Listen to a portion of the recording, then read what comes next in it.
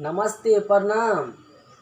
आज रउआ लोगन के 2021 के हार्दिक हार्दिक शुभकामनाएं हमरा तरफ से। और रउआ लोगन के ई साल बहुत अच्छा से निमन से गुजरी। हम यही से भगवान से गुजारिश करब, निवेदन करब कि ई साल रउआ लोगन के बहुत अच्छा से काटी। रउआ लोगन के एक लाइन सुनावा तनी जा, सुनी जा। का सुने के मन बाकी ना? एक लाइन अरे सुन ला, सुना बतानी जा। नया साल मुबारक बाटे सबका के भाई, हैप्पी न्यू ईयर।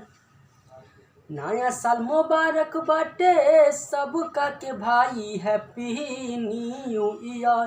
तो दिल से कहतानी भाई हम हो, हैप्पी न्यू ईयर। तो दिल से कहतानी भाई हम हो, हैप्पी न्यू ईयर।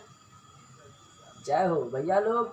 ऐसे ही आप अपने छोट भाई के प्यार और दुलार देते रही जा, ताकि रउआ लोगन के सामने ऐसा ही नीमन नीमन गीत सुनावल जाए रउआ लोगन के।